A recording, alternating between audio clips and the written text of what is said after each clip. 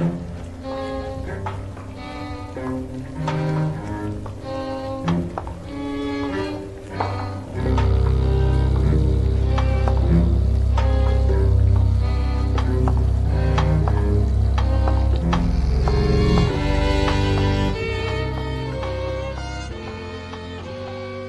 hello, it's you again. Always a pleasure to have your company here. Welcome back to the Gallery of Curiosities. I remain, as always, your humble host, Osgood. You're just in time for cocktail hour. I'm making one of my favorites. 8 parts gin. I don't fool around, ladies and gentlemen. 1 part maraschino liqueur, 2 parts lemon juice, and secret ingredient, 1 part creme de violette. Shake generously. Pour.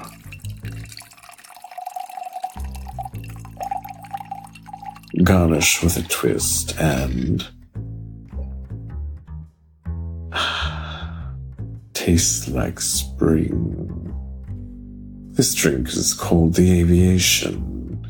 The color is most singular.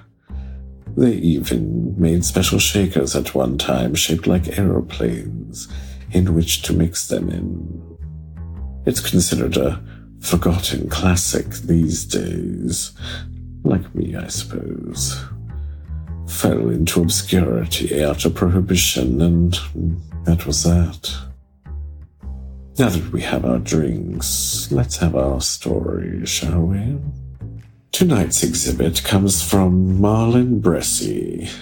Mr. Bressi is the author of Hairy Men in Caves, True Stories of America's Most Colorful Hermits, and creator of the paranormal website Journal of the Bizarre. And if that is not enough to make you want to look him up, he was also the runner-up in the 2016 Milwaukee Paranormal Conference National Horror Fiction Contest. It will be read for us this evening by Mr. C.B. Droege. Spirit in the Sky.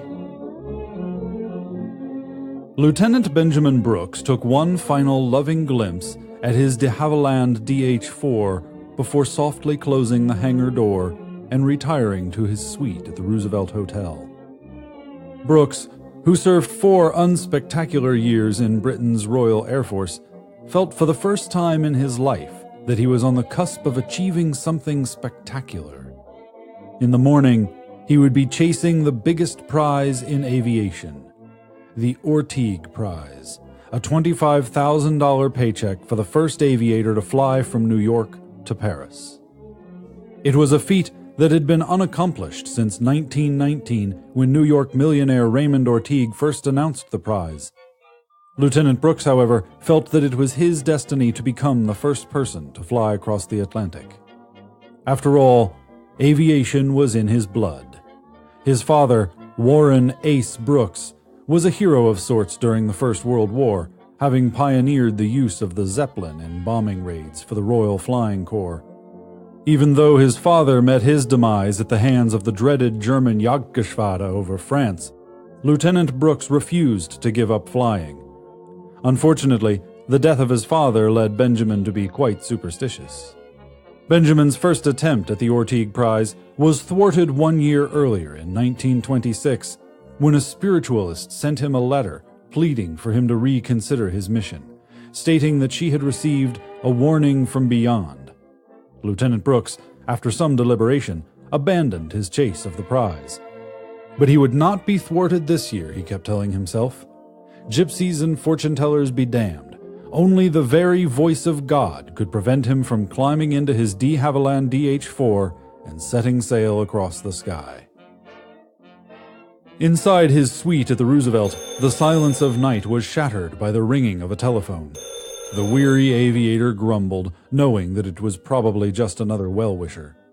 Before Lieutenant Brooks had an opportunity to speak, an eerie, disjointed voice moaned through the receiver. Benjamin thought it sounded like a man speaking into the whirling blades of an electric fan. "Who is this?" demanded Lieutenant Brooks. "It's your father," hissed the mysterious voice. "Ace." "That's absurd," replied Benjamin. His father had been dead since 1918. Suddenly aware that he had probably fallen into the snare of a prankster, he decided to ask the speaker from where he was calling. "Somewhere just outside heaven," replied the night caller. Maybe that was just a lucky guess, thought Benjamin. But how would any American know about a deceased and relatively obscure World War I British airman? "Ben, you must not fly tomorrow," pleaded the voice. "The sky will hurl you back to Earth in a million fiery pieces." The lieutenant was now almost certain that he had a prankster on the end of the line. Rather than hang up the night caller, however, he decided to ask a question that only an experienced aviator or his father himself would know the answer to. "If you are my father, then tell me, what in the name of Wilbur Wright am I doing in an outdated war-era de Havilland? She's just a two-seated biplane," interrupted the mysterious caller, "with a 380 horsepower Rolls-Royce engine. You chose the DH-4 because it was the same plane I had flown in the war. When you were a young lad, I would always tell you what a magnificent machine the DH-4 was." "True, but the American version..." "The American version of the DH-4 was built with a 400 horsepower Liberty L-12 engine." "That's remarkable," exclaimed Benjamin. How could you possibly know that? The Americans didn't have their own DH-4 until..."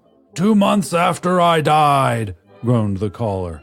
"I told you that it was me, Benjamin." "Why does your voice sound so strange?" "It takes an enormous amount of energy to come back to the material plane," explained Ace, "which is why so few of us are able to speak to the living. But it is possible for us to come back in order to give a warning to loved ones." "Dad, what is heaven like?" asked the mystified young aviator. "Remember the way you felt the first time your plane left the ground? Heaven feels like that, all of the time. Some people think flying is a way to play God, but the truth is that man flies in order to get closer to God."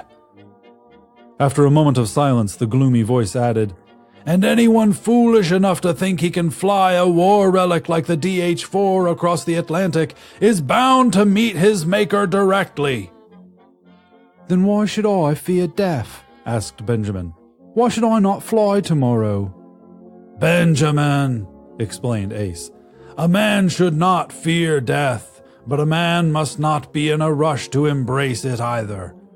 Look, son, the Orteig Prize has never been claimed, so what harm will it do to wait one more day? Do you not hear the rain outside your window? Wait until Saturday, son, and the storm shall pass." "As you wish, father," replied Benjamin. The caller explained that since his work was done, he had to return to the spiritual realm. He wished his son well and said that he was proud of him. Lieutenant Brooks returned the phone to its cradle and quickly drifted off to sleep. Inside of a gray airplane hangar a few miles away, a cord was pulled from the wall socket and an electric fan blade whirled to a stop. "You son of a bitch," laughed a man in a yellow raincoat. "I can't believe you pulled it off. He really is a superstitious fool, isn't he? With Brooks out of the way, that 25 grand is as good as in the bank." "Your plane is finally ready to go," said a grease-stained mechanic, who pointed a wrench toward a sleek new monoplane with the name Spirit of St. Louis emblazed on the nose. Mr. Lindbergh stood up, walked over to the hangar door, and gazed upon the wakening dawn, peeking over the horizon through the quickly dissipating morning drizzle. He could tell that it was going to be a wonderful day.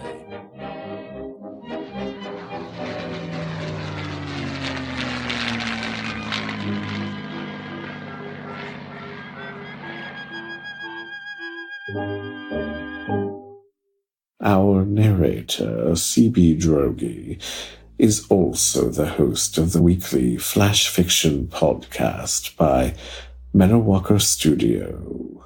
Learn more at cbdroege.com.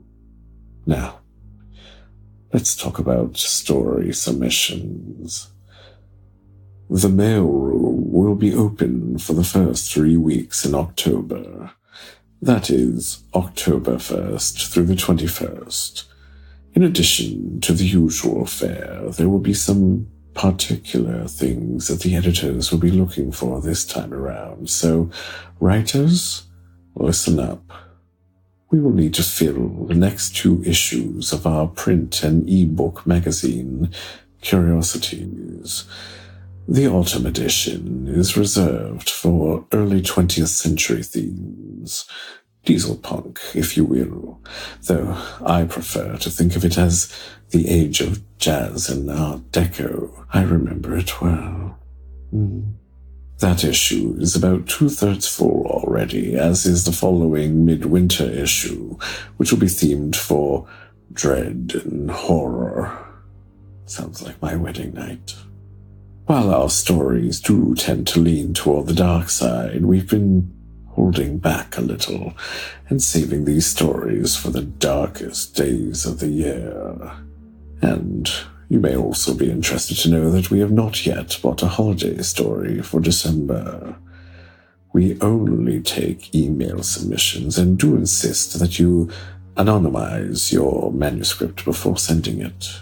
No names, no contact information.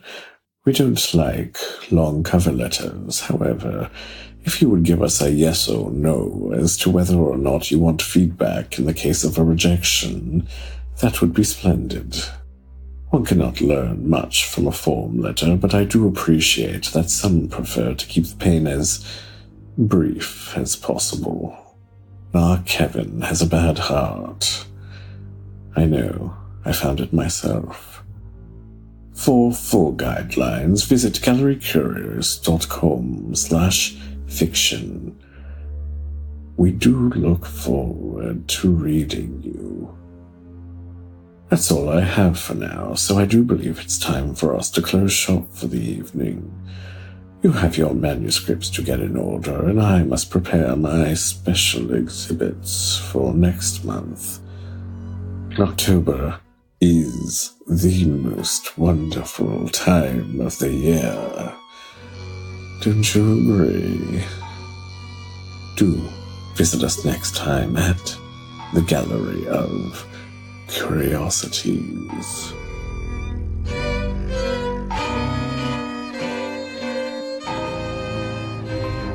Gallery of Curiosities is produced under Creative Commons International 4.0 Non-Commercial Attribution No Derivatives License. That means don't sell it, change it, or make a forget it. If you like our stories, rate and review us online. It makes my black little heart a little less so. This episode was produced in September of 2018. For full show notes, visit us on the web at gallerycurious.com.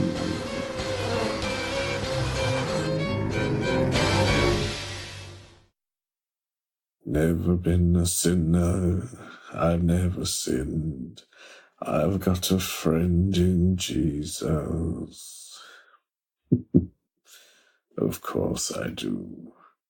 When I die and they lay me to rest, I'm gonna go to the place that's best. Go to the place there. Stedman. Stedman, you're always the best. From Portland, Oregon to Portland, Maine. Another round, please, and don't hold back on that gin. There's a good man.